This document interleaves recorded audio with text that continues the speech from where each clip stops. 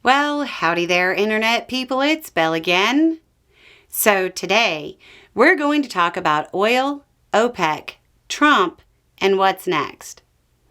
Oil prices are headed down for all the wrong reasons.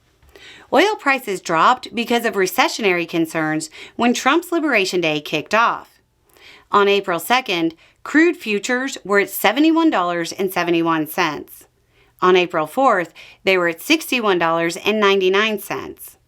This drop was due to a perceived lack in demand due to Trump's trade war. That means they expected his policies to cause a global recession. Now they're dropping again because OPEC Plus decided to up production even with low demand. So oil is down. That means gas prices should eventually follow, right? That's good, right? In this case, OPEC is upping production because it sees a chance to hurt U.S. oil. Most OPEC Plus nations can get their oil to market at a lower cost than U.S. corporations. When they flood the market with oil and drive down prices, it means U.S. oil producers can't compete, and they stop drilling and pumping up oil. That means the oil industry lays people off, and truckers who haul oil and so on. These hits are especially true when it comes to shale oil.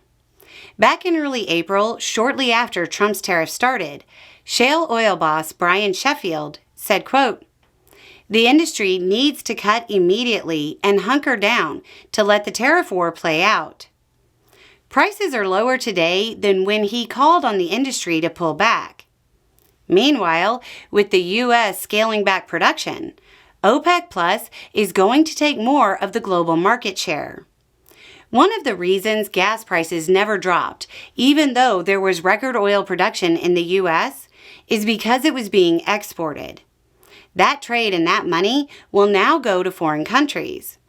If things hold, Trump will oversee a loss in U.S. oil production. While gas prices might drop, it will come at the expense of U.S. oil and trucking jobs. The only real good news here is that the lower oil prices might be low enough to help reduce some of the expected inflation from Trump's trade war. The end result here looks to be a loss of American jobs, a loss of American exports, the loss of American market share, and the only benefits might be a reduction in price due to oversupply and weak demand stemming from a weakened U.S. economy, and relief from the inflationary pressures from Trump's tariff policies. I don't think that's a trade most Americans would have made. It looks like Trump's Drill Baby Drill campaign might end up being an even bigger bust than most industry insiders anticipated.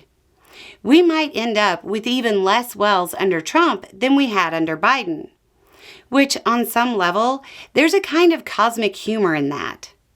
Reminder, greener tech is cheaper, cleaner, and less susceptible to these fluctuations. Anyway, it's just a thought. Y'all have a good day.